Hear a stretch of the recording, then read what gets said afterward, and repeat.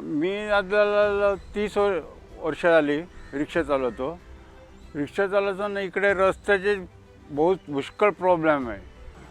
रोडची ते सांगितलं ना, रोड बघितलं तर रिक्षा कुठे चालवतच नाही. पण गव्हर्नमेंट पण आम्हाला एक पैसे मदत करत नाही. कोणी लोकांनी केलेले आहे. और ये हमारे यहाँ पे रोड टूटा हुआ था, ये डिवाइडर कोई नहीं बनवा पा रहा था. यहाँ पे छोटे बच्चे गिर जाते थे, चोट लगती थी.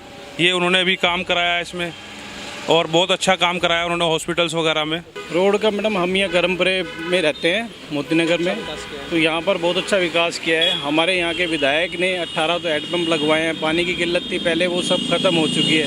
अरे आम आदमीने सांगितलेलं आहे आम्हाला मदत करतो, लाईट फ्री आणि वॉटर फ्री असं म्हणून सांगितलेलं आहे. पण करणार काय, दिल्लीला पुष्कळ मदत केलेलं आहे त्यांनी. पण इकडे पण आलं तर करणारच तो. केजरीवाल इकडे आला तर तो मदत करणारच आम्हाला.